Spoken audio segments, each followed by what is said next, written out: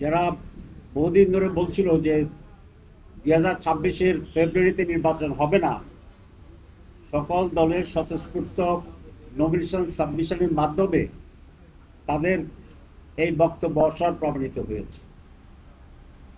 আমরা আশা করি বাংলাদেশে 12ই ফেব্রুয়ারি একটি অবাধ, সুষ্ঠু এবং নিরপেক্ষ নির্বাচন হবে। কিন্তু ইতিমধ্যেই আমরা কিছু ভিন্ন চিত্র দেখছি বিদায় এটা প্রতিকারের জন্য আমরা আজকে প্রধান উপদেষ্টার দৃষ্টি আকর্ষণ করি। আপনারা জানেন যে নমিনেশন বাছাই পর্ব চলছে ইলেকশন কমিশনে, এবং সেখানে একই নিয়মে বিভিন্ন জায়গায় কাকে উপযুক্ত মনে করছে প্রার্থীকে ওকে করে দিয়েছে, আবার একই রকম কেসে কাকে বাতিল করেছে।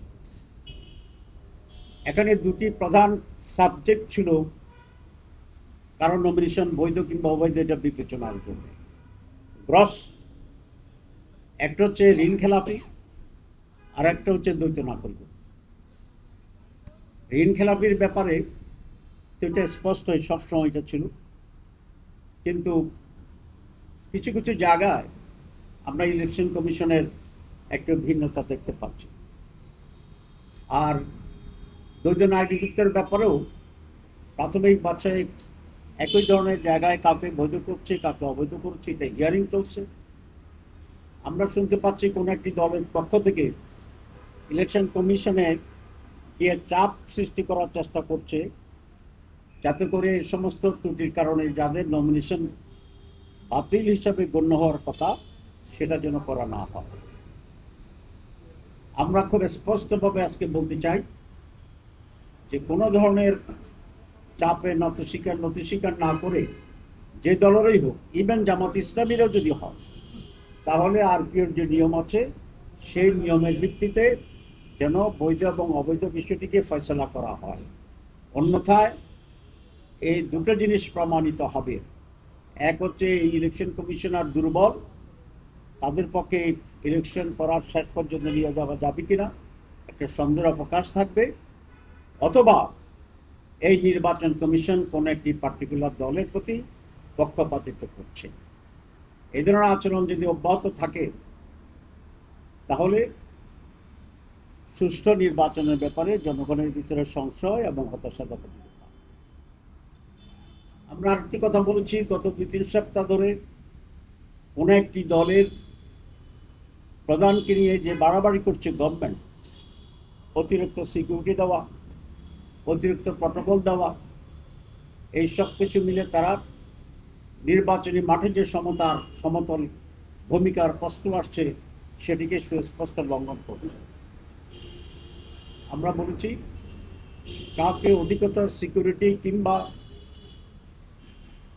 অধিকতর প্রটোকল দিলে আমাদের কোনো আপত্তি নেই, কিন্তু একটি অন্যতম প্রধান দল হিসেবে সমভাবে বাংলাদেশ জামাত ইসলামীর মহতারাম আমিরকে, প্রধানকে সম আচরণ দিতে হবে।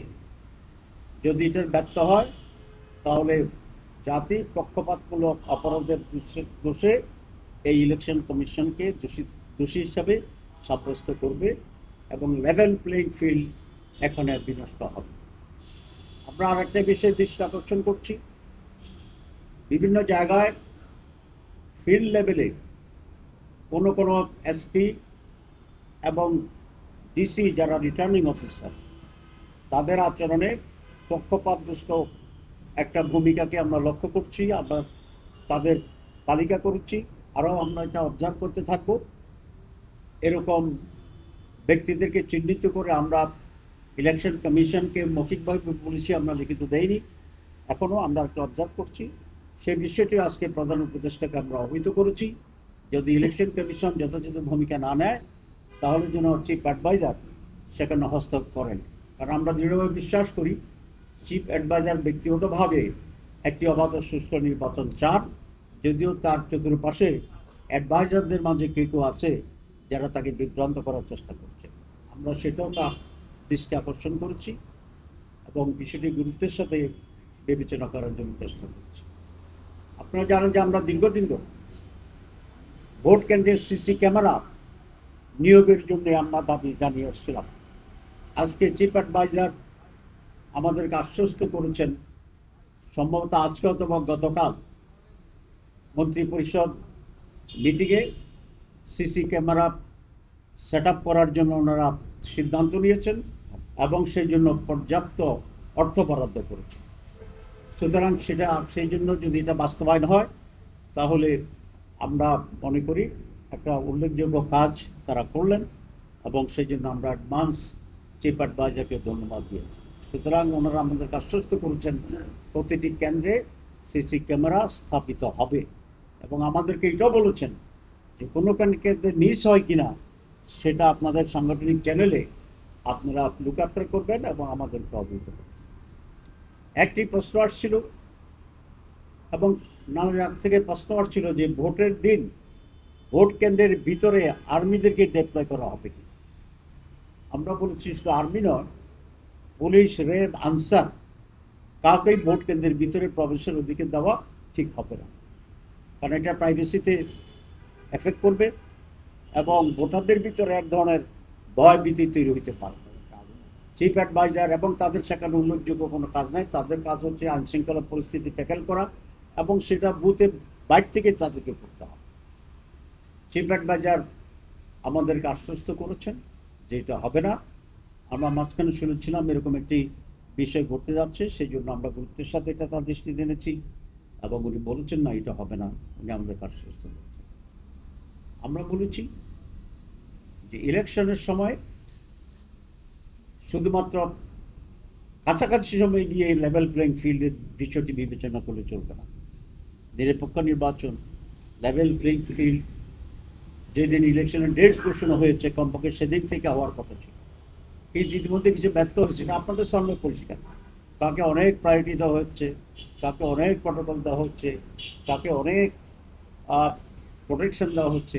আমাদের এতে কোনো খুব আপত্তি নেই, কিন্তু আমাদের কথা হচ্ছে যেহেতু we are the contesting political party, সুতরাং ওইদিকে যা করবেন এদিকেও তাই করতে হবে, সমতা বজায় রাখতে হবে। তো উনি আমাদের কাছে বিশ্বের সাথে বলেছেন যে আমি তো এটা আগেই বলে দিয়েছি, হয় নাই কেন।